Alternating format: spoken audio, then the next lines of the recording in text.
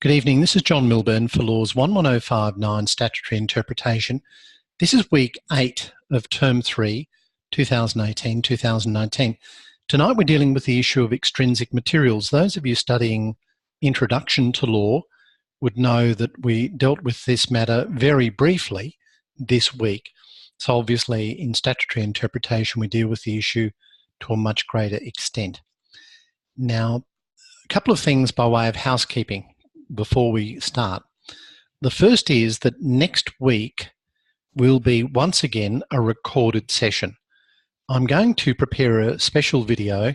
I propose to make it around the assessment from last year, and I propose to record that and upload it. My intention in doing so is to give you some further insight into the assessment regime that you're likely to face for your take-home paper, and to give you some idea of the logic behind dealing with a statutory interpretation problem in practice. I will supplement it with other material, but it will largely be around the take-home exam. So no live session next week, which will be the 16th of January. There will be the recorded session instead. The second is that we're getting to that time of year where you have an opportunity to have your say.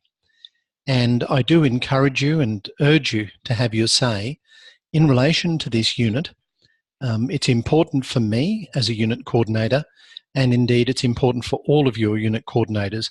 The feedback that the university receives is valuable in terms of providing a better unit and learning experience. So it's all anonymous, and I encourage you to take some time just to upload some of your feedback. And you'll see that there's a big red button, which may be there now, or if not, it will be there soon on the Moodle landing page, and it is Have Your Say. So please do that. It'll be there for a while, but I encourage you to do that as soon as possible. Now, extrinsic materials. I'm going to ask a question of you, and that is really to the heart of what type of lawyer you would see yourself as being, or practitioner in whatever field you're working in, when you consider the term extrinsic materials. Do you view it, extrinsic materials, as a gold mine for determining legal matters or mounting a legal argument, or do you see it as a legal headache, an impediment to getting to the right answer as quickly as possible? Now, there's no right or wrong answer to this, and I think it might depend on the task that you have before you at any given stage. But if you're a litigant, if you're a lawyer who likes to be involved in litigation, you'd probably see extrinsic materials as a legal gold mine. So rather than burden you with extra work and cause you to have extra legal headache, as it were, think of extrinsic materials as this legal gold mine that will encourage you to mount a good argument. And of course, you might be arguing the same thing from different perspectives. So when we talk about litigation, we're really talking about court proceedings. Of course, there are two types of court proceedings generally, in broad terms, civil and criminal proceedings. And when arguing a case in either of those civil or criminal jurisdictions, lawyers are often called upon to consider statutes and to consider case law and to mount an argument around the facts of a particular case, relying primarily on those primary sources of law, legislation and case law. Of course, from time to time, you also might support an argument based on secondary materials, such as materials that are contained in a textbook or even a study guide. But primarily, the judges expect you, when arguing a case, to argue around statute and or case law. It's rare, it's quite relatively rare that we go beyond that. So when we're talking about litigation, we're really talking about arguments that are court-based, and whilst many of them don't actually go to a full trial, you'll find that many cases involve preparing pleadings or statements, affidavits, submissions, applications in the case, interlocutory applications, and all of these will require you to consider your statutory interpretation skills. So lawyers typically spend their time either doing office work for clients. So typically when we think of solicitors, it might be things like conveyancing, probate, drafting documents, things of that nature, as opposed to litigation, which is more in the field of mediation and court proceedings or tribunal proceedings, things of that nature. So I've spent many years practicing in both areas, but obviously, certainly for the last 25 years or so, it's been all litigation. So any questions then about what I mean by considering extrinsic materials as a legal goldmine, particularly in the context of litigation?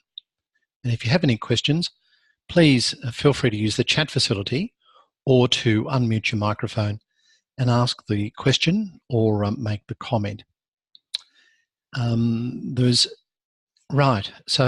there's a question here about what do lawyers specifically do. So hopefully that answers the question that I've just provided the commentary.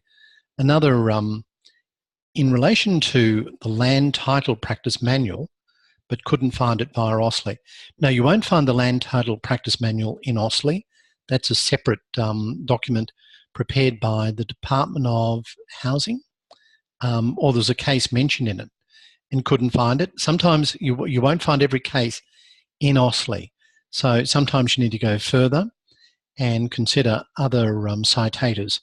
So from the University Law Library, you might use the First Point or case law founded in Westlaw. So that's not uncommon. And don't assume that every database has every case, because they won't. And sometimes they'll have the same case, but they'll be reported in different ways. Sometimes an authorised report, sometimes a different report. Okay, so let's come back to extrinsic materials. You will recall when we started Introduction to Law, a general discussion about the common law.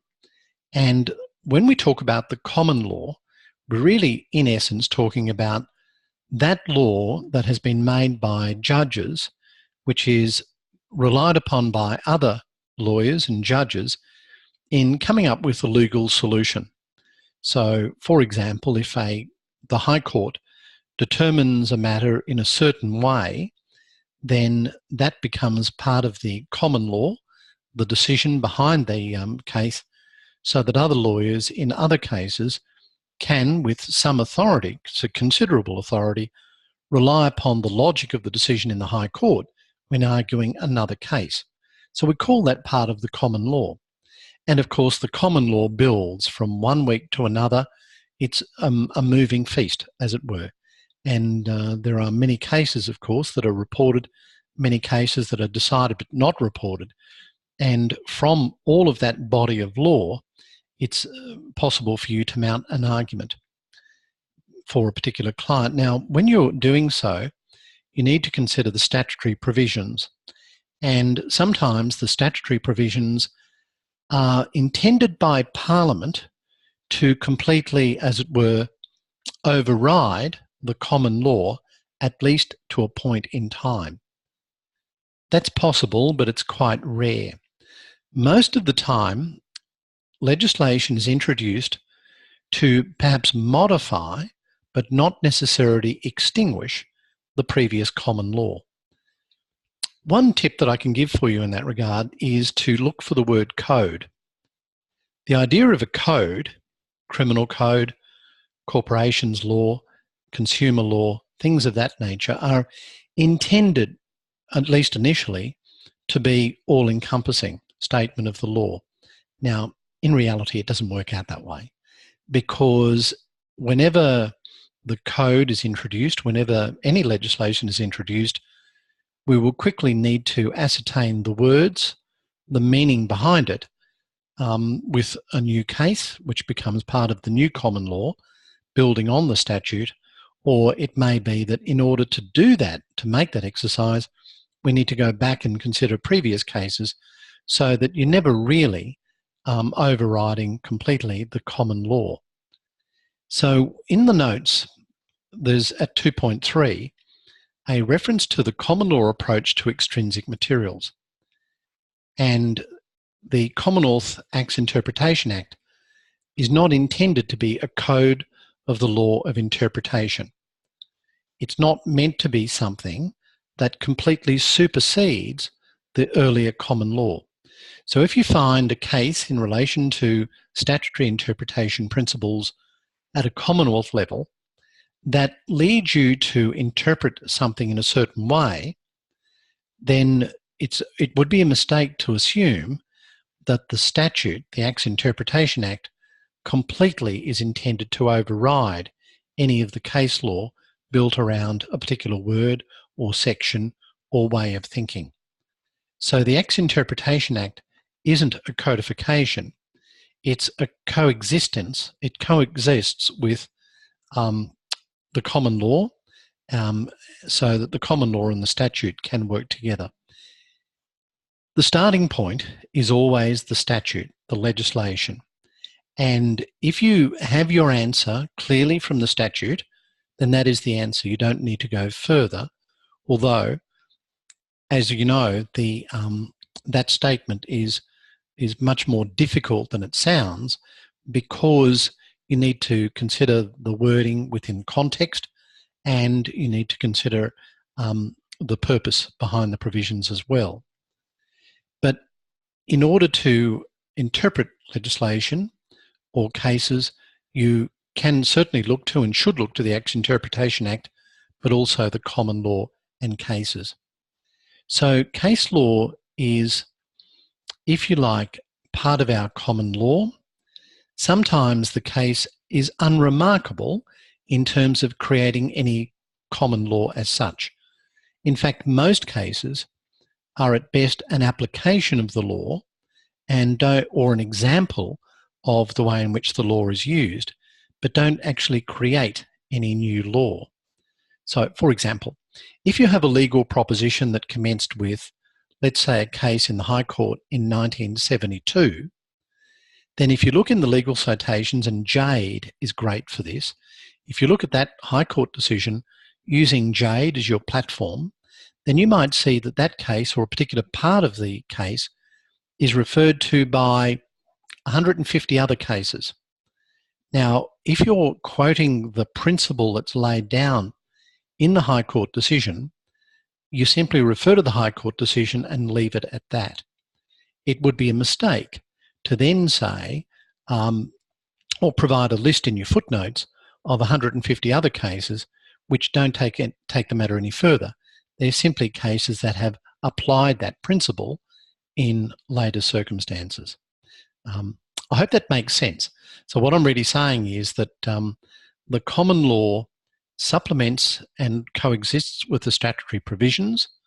The common law is primarily from the higher courts, and it may be followed in other courts, but you don't need to cite every time a court follows a well-established principle. I hope that makes sense. All right, so please have a look at your study guide in that for some further commentary. Now, there is a risk here with extrinsic materials. And let's assume that you're arguing a case. You argue that a certain provision should be read in a certain way, and the judge challenges you in that regard. You need to have your authority ready to go if you haven't already provided it. And the authority should be based on statute and or common law, so a case. Then the next argument may be when the judge says, why should I consider someone else's opinion in relation to interpreting this provision? Why should I consider what another judge has said? That's where the doctrine of precedent comes into effect, and that's where you need to have a clear understanding of the hierarchy of courts. In simple terms, if it's a High Court decision and you're arguing a matter in the District Court, then the District Court judge is bound to follow the reasoning of the High Court in relation to that point. I hope that makes sense. But when you're arguing a matter, when you're considering extrinsic material, you should, as I mentioned earlier, always consider the primary sources of the law first rather than a secondary source. Let's apply that to an examination setting. It would be, in my view, a mistake to quote Sanson as your primary authority for a proposition if, in fact, what Michelle Sanson is doing in her book is paraphrasing or rewording or applying something which is drawn originally from the Acts Interpretation Act or from the Project Blue Sky decision. Do you understand what I'm getting at? So the secondary sources are very good as a teaching tool, very useful for now allowing you to confirm your interpretation of the legislation or your manner of thinking, a great way of setting out logically the process by which you're to undertake your task. But when it comes to the assessment, when it comes to standing in front of a judge, your job is to primarily refer to legislation and case laws. If you want to go beyond that, and this would be relatively rare, you then refer to secondary sources such as your textbooks.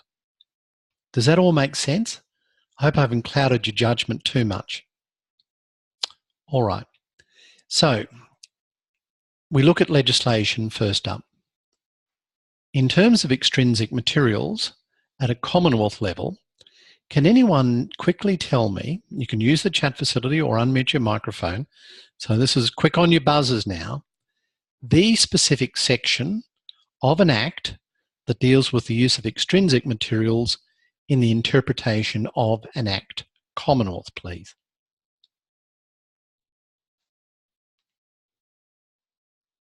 Very good, Gary. Oh, 15AB? Yes, Tammy. Gary got you just, and Nicole came in a quick third.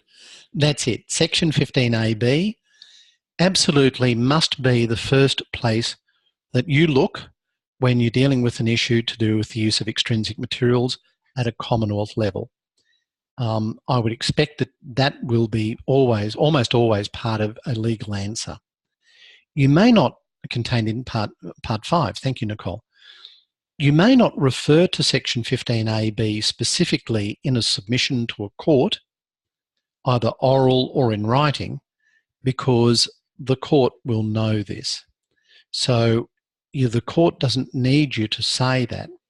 Now, the reason I'm saying this is that's from a practical perspective the true position, but it does have some bearing on your assessment as well. Because when you read a question, particularly if I've written the question, I will give you a hint at the level at which I wish you to answer the question. If I ask you to prepare a submission to a Supreme Court judge as if you're the counsel in a matter, I would expect you to pitch it at a high level. So you're not explaining what is meant by statutory interpretation. You'll assume that the judge, which is the examiner, which is me in this case, knows about Section 15AB. You still need to refer to it, but an appropriate way of doing that might be in footnote referencing or by extracting the specific part that is relevant. But you wouldn't give me a general overview of all of Section 15A of the Commonwealth Act. I hope that makes sense. And yes, it's the Acts Interpretation Act when we're talking about 15AB. Sorry, I forgot to mention that. So I hope that's not too cryptic. If I ask you for a general description about the statutory provisions that relate to the use of extrinsic materials at a Commonwealth level, then of course you'd, in an essay situation, you'd go into more detail about Section 15AB. All right, so having identified that 15AB is extremely important and is a starting point, let's look at what Section 15AB says. Now, my NBN is due to come online this week, so I'm still working off the old system, and I'm always concerned about attempting to share because I may lack bandwidth. But if things go badly, I'll stop that. Just give me a hint if it's not coming through clearly. But what you should see now is an extract of Section 15A(b) of the Commonwealth Act, and you'll see that I've highlighted certain parts. Please let me know if that's not what you see on your screen. As you might see, I do use yellow highlighting. Generally speaking, as a guide, I highlight so that everything that is highlighted can be read as a separate sentence. So in this instance, if any material is capable of assisting in the assessment of the meaning of a provision, consideration may be given to that material to do certain things. So you can see that the yellow highlighting itself reads as a sentence. That's not to say you should ignore the preliminary remarks. In fact, those can be very important, but I tend to read the section and then consider the exceptions, which in this case are referred to in subsection 3, and I do that at a later time. But the general rule then, which is subject to modification from subsection 3, is that if any material is capable of assisting in ascertaining the meaning of the provision, consideration may be given to that material to confirm the meaning, of the provision as the ordinary meaning, or to determine the meaning of the provision when the provision is ambiguous or obscure, or the ordinary meaning leads to a result that is manifestly absurd. So you can follow the wording there. Now, what does that section tell us? Well, firstly, it says that if the meaning is capable, if any material is capable of assisting, consideration may be given, not must be given.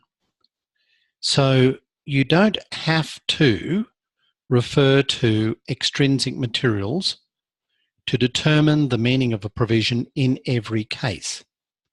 The word may says that it is something that is optional in that regard. The next thing is this. You can do so in two circumstances.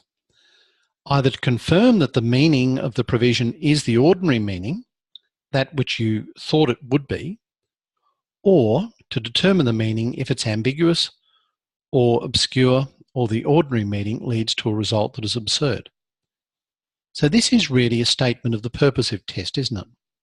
That looks very much like Project Blue Sky, because in Project Blue Sky, part of the rationale of the court was to say, you don't have to wait until you've come to the conclusion that something is ambiguous or obscure, or that the result may be manifestly absurd or unreasonable before you consider extrinsic materials. You can do that at the start.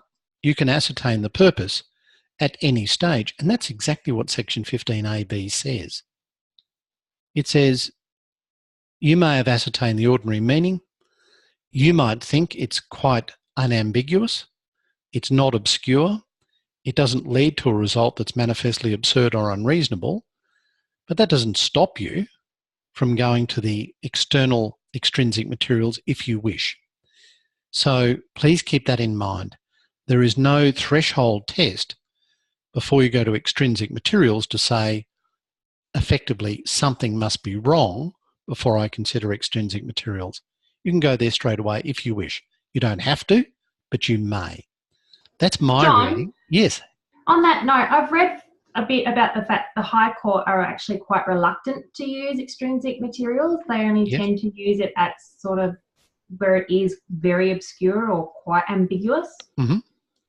And I think that's right from a practical perspective, and this is part of the balancing act, because if you're in practice and a client says to you, here's my legal problem, you're pretty much sure of the answer, you go to the statute and you say, okay, that is the answer, it's quite clear, then you can give that answer. You don't have to go to the extrinsic materials. in order to provide that advice. And the same thing when you're arguing a case in court. If it's quite clear, you don't have to. But the important part of, so therefore I agree with what you're saying, Tammy, that in reality, we tend only to do so if there is a degree of ambiguity, or it's obscure, or the result seems to be absurd or unreasonable. That's what we tend to do. But the point is that we don't have to do that. And this comes back to the first statement that I made at the start. What kind of lawyer are you? Do you see extrinsic materials as a legal headache that you have to overcome, or, if you like, an opportunity? And what we're really saying through what you've said in the High Court and Section 15AB is that you've got this preliminary discretion, but it's very broad. And even though everything looks to be completely unambiguous or reasonable from your interpretation, that doesn't stop you from digging around extrinsic materials, because there might be something in the extrinsic materials that actually casts doubt on that and does create something that is potentially ambiguous from that which appears to be unambiguous at first reading. So it's an opportunity, for want of a better term, to be a little bit sneaky about things by being a bit creative. That's a very long answer to a simple question, but does that answer your question, Tammy? Provide some further thoughts? Yeah, it does. I mean, you being yourself in litigation mostly, is it something that is often used, or is it sort of a last resort? Probably, no, it's quite often used, but when we're at that stage of arguing before a court, it's clearly the battlegrounds have already been well established. So I was a solicitor for many years, and most of the time, 99.9% of the time, in practice as a solicitor, you don't go into that extrinsic materials because you're reading the Act as you believe it to be. So when you're involved in litigation, it's a little different in that you're looking for these different angles. You're looking for the different terminology. And 99.9 is a bit of an exaggeration, but I think you probably get what I mean, that a lot of the legislation that we deal with is relatively straightforward and quite well known. I guess you're looking for that little minute opportunity to get your client the win. Yes, yes. That's right. And it could be in anything. And sometimes it will take the court or your opponent or both by surprise when you come up with this argument, which seems to be fairly novel, but sometimes they have, these arguments do have legs. They're not just made up for the sake of it.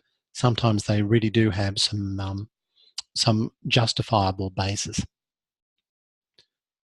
Okay, so when you're answering a statutory interpretation problem, or in practice, there may be a temptation to say, that looks very straightforward, very unambiguous, I don't need to go beyond that.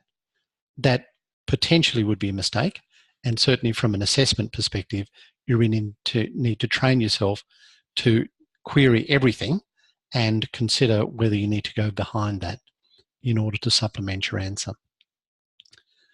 So if you've got section 15AB up on the screen, I'd ask you to now to look at the second subsection, which talks about limiting the first subsection. I'll share the screen again, and hopefully this will work. So subsection 2 says, without limiting the very general nature of subsection 1, all matters set out in the document containing the text of an act, whether it's a report or report of a committee, a treaty, explanatory memorandum, speech, or any other document, any other material, might be included. So when we're talking about what is then the extrinsic material, so that's a list, if you like, which is not exhaustive. And when people think of extrinsic material, typically students will say explanatory memorandum, or in Queensland, explanatory note, or second reading speech. But it goes beyond that. So subsection 2 of 15AB, Commonwealth, provides, if you like, a handy checklist so that if you're thinking about what type of documents might constitute extrinsic materials, have a look at that list, and it will give you this non-exhaustive list of documents that you can consider. And some of them may provide you with arguments that you hadn't considered at first instance. So, for example, reports of a Royal Commission sometimes include expert opinions, and those expert opinions and advice, which are extrinsic materials, might assist you. Now, you recall that subsection 1 said that subject to subsection 3, this is what you may do. We now look at subsection 3, and it says, in determining whether the considerations should be given, regard shall be had to the desirability of persons being able to rely on ordinary meaning conveyed by the text, and the need to avoid prolonging legal or other proceedings without compensating advantage. So I think, Tammy, that's the provision that you would rely upon if you're advancing the argument, as you were earlier, that the High Court said we don't always look behind the text. And subsection 3 says, whilst you may look at other extrinsic materials, you don't have to, but if you may at any stage, but in doing so, make sure that there's a desirable outcome here, that we're not prolonging legal or other proceedings without an appropriate advantage. So again, it's a real balancing act. So if you find that your opponent is arguing something based on statutory interpretation principles that you find a little obscure or tenuous or overreaching, then you might rely upon subsection 3A and B as the basis upon which the court should not consider going down that rabbit hole, so to speak, and should consider the ordinary meaning conveyed by the text, because that's the overriding provision to the general nature of subsection 1 of section 15AB. Hope that makes sense. I love the use of may and shall in that particular section. Yes, and they're really key words to look at. So when you're preparing your toolkit, if you haven't already submitted your toolkit, these are the sorts of things that I think you need to consider and weigh up, and potentially from both sides, where you're seeking to advance an argument that's a little unusual, or whether you want to quell that argument at an early stage. Remember, of course, that subsection 3 that talks about avoiding prolonging legal or other proceedings without compensating advantage is really a reflection of other general principles, such as the requirement to use court time efficiently and to ensure that any argument is conducted in a proper manner. So the ANU case that talks about court efficiency would be one that comes to mind. Just on that note, is it a serious offence to actually waste the court's time? Yes, it is something that can be prosecuted, and it is something where a solicitor or barrister, or both, can be held in contempt, charged with an offence. And in that regard, the starting point would be to consider, as you always should do when you're answering any legal question, but you should always consider, or at least have in the back of your mind, the Australian Solicitors Conduct Rules or the Barristers Rules. And if you're answering a question about statutory interpretation, if you believe that the interpretation is quite straightforward, then you would certainly consider subsection 3 of 15AB, at a Commonwealth level this is, and you would also consider those overriding obligations to the administration of justice and the efficient use of court's time. So, good questions. Gary says, are extrinsic materials used in sentencing submissions? They certainly can be. When you're involved in a sentence submission for, let's say, defence, then you would refer to potentially extrinsic materials if you're arguing that Parliament intended, for example, for a certain provision to be read a certain way. So you might consider the second reading speech, the explanatory memorandum, or you might consider treaties and international obligations. You would supplement that with actual external documents such as references. But in the context of extrinsic materials, we're looking at these documents that were brought into existence prior to the introduction of the legislation. So to answer the question, yes, Gary, you would potentially consider those things. All right, so again, I'm just going to share because there is another part to this, which is on the second page of what I've reproduced here, and that is, but remember to read the words in the Act first, because Section 14B says, also in the context of use of extrinsic materials in interpretation, that consideration may be given, and this is the Queensland Act,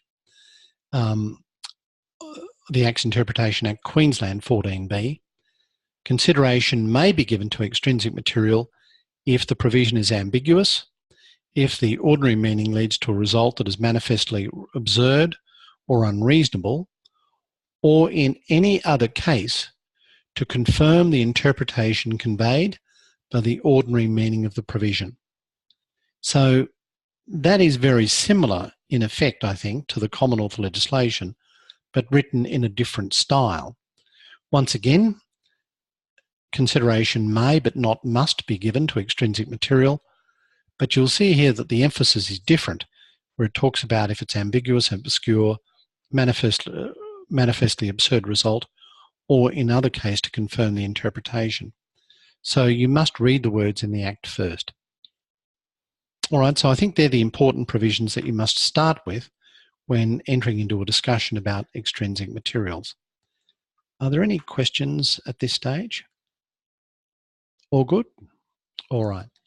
So beyond Section 15AB Commonwealth and 14B Queensland, you then consider the common law and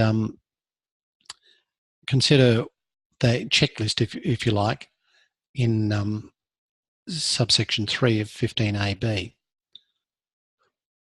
Now, you need to have some cases up your sleeve.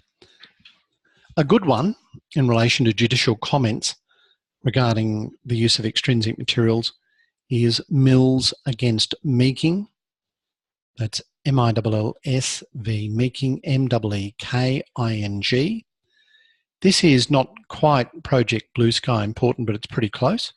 So it's, I think, one of the three main cases that you'd want to refer to in almost every instance when it comes to statutory interpretation.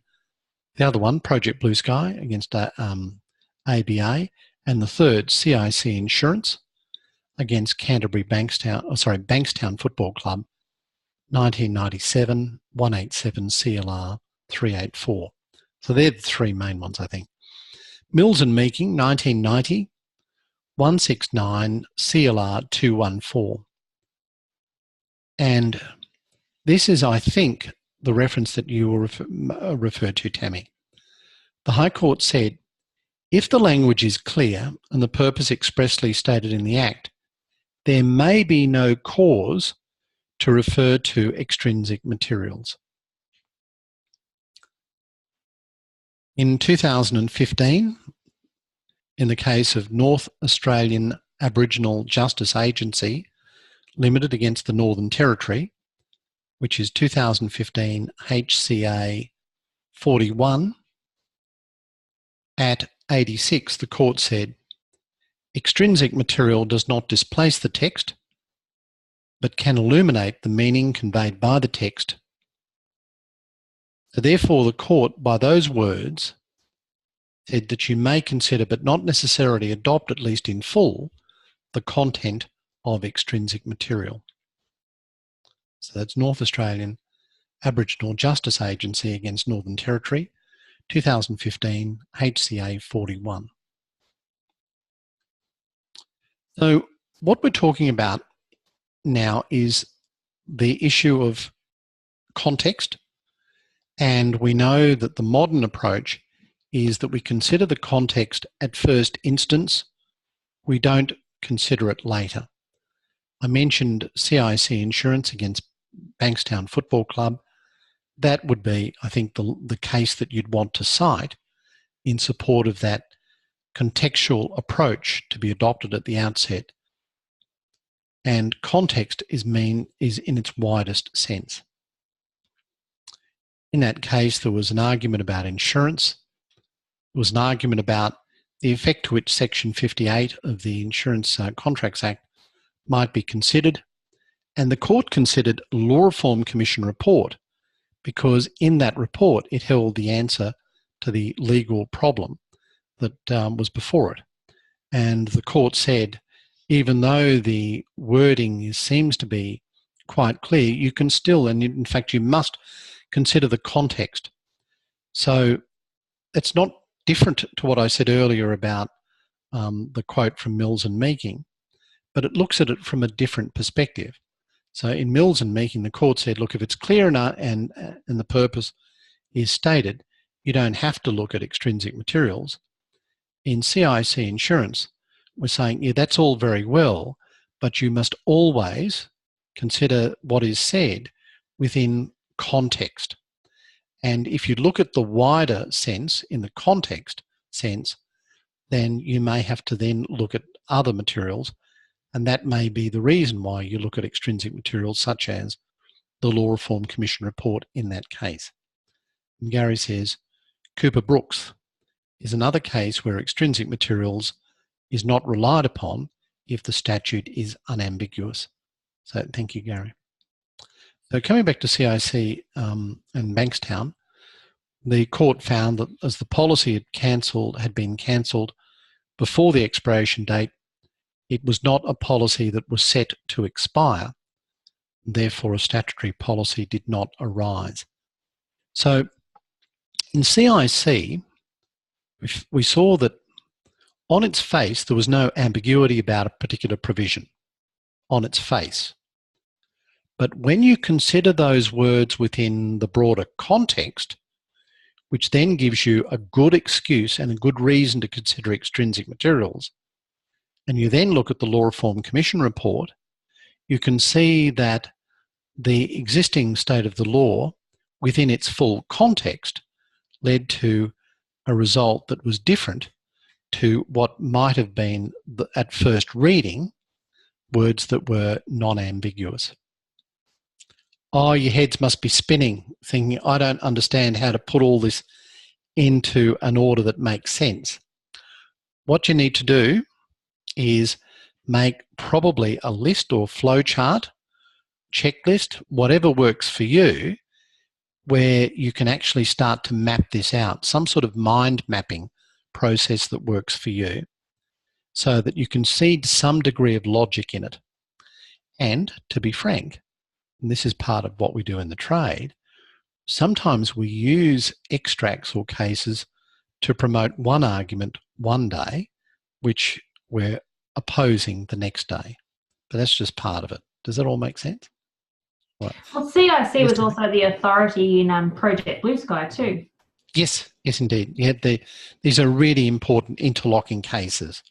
I agree.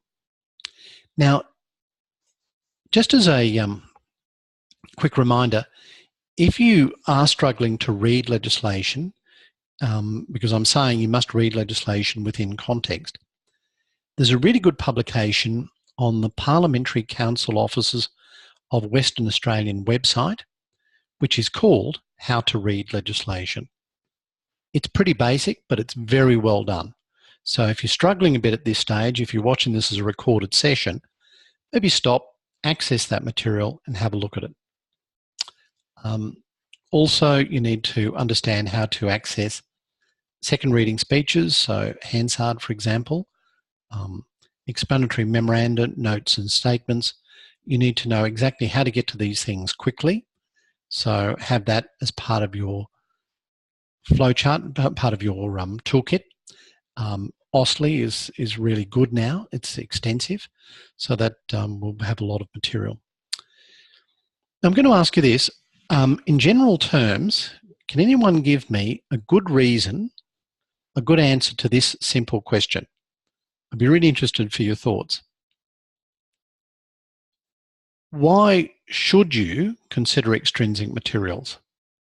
Can anyone give me a good simple answer?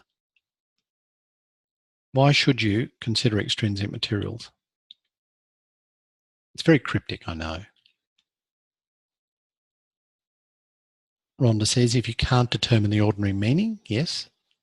Yeah, I'd be looking at if there was an like an ambiguous or an absurd, going towards more of that.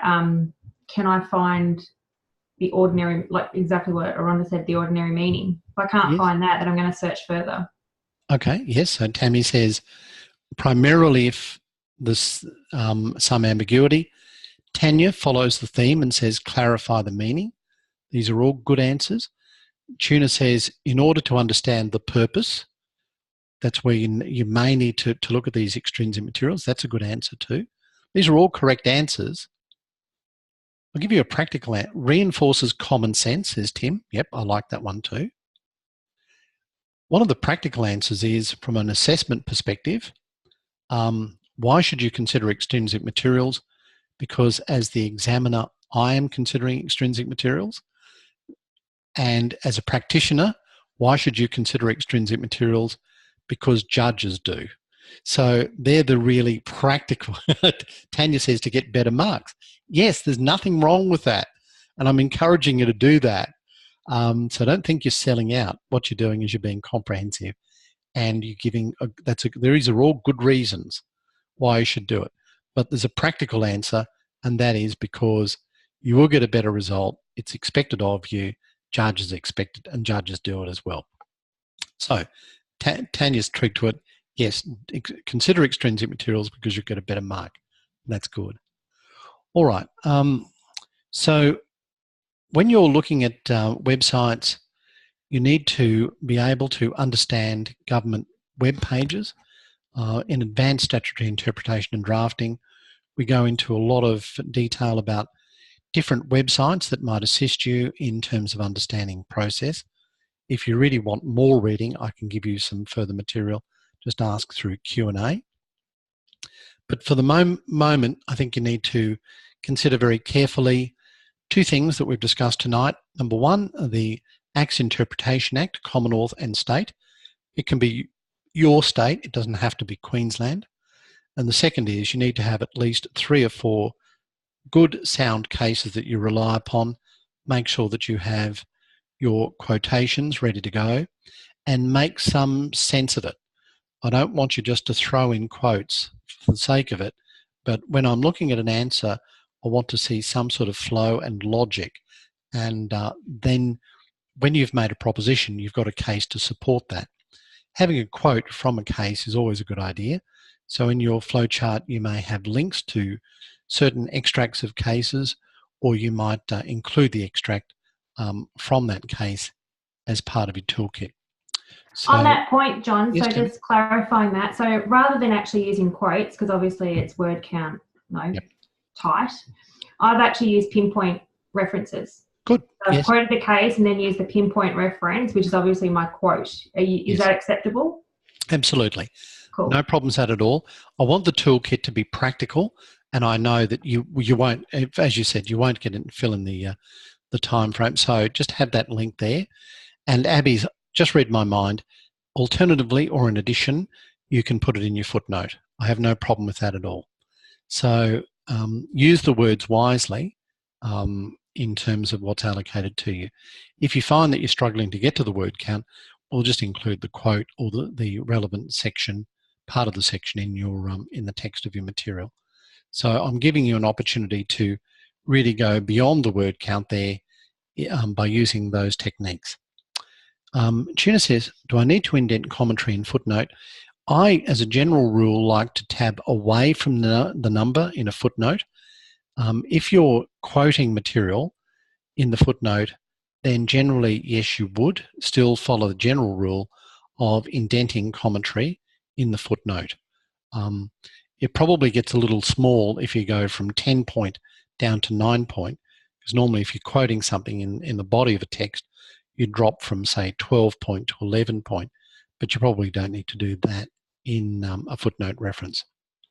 So you'll need to understand the effect of section 15AB and the equivalent provision, and understand what you must do or what you may do, where you go, have some judicial comments to support that, and consider other extrinsic aids at the same time, and have some flowchart working so you can determine when you use these extrinsic materials that we talked about last week, when you consider the extrinsic materials, and how does all this fit together.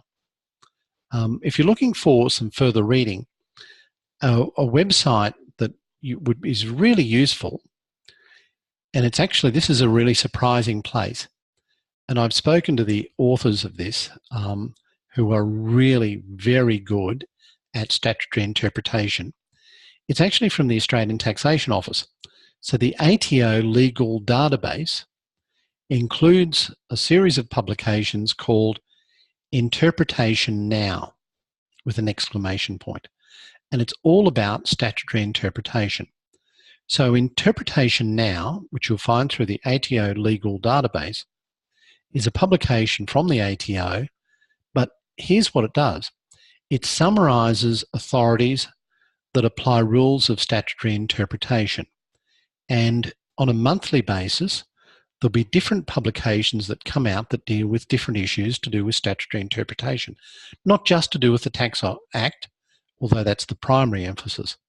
So, for example, in March 2018, in Interpretation Now, there was an article that dealt with the issue of may can sometimes mean must. So some commentary about that. February was some commentary about meaning of in connection with. So that might be a useful secondary resource for you to consider, and might give you some good practical tips and cases. And Rhonda's onto it straight away. Thank you very much, Rhonda. So ato.gov.au/law/view, and then some further commentary after that. Excellent. All right, so you've been very patient tonight. Please remember the importance of providing feedback. Do we have any questions before I wrap it up for this evening? All good? All right. No live session next week, recorded session, and fairly soon I'll be providing you with some specific commentary in relation to the take-home paper. But before that, we just want to make sure everyone gets in their toolkit on time and make it work for you. Make it a very practical document. Okay, we'll see you live in 2 weeks. See you then. Bye.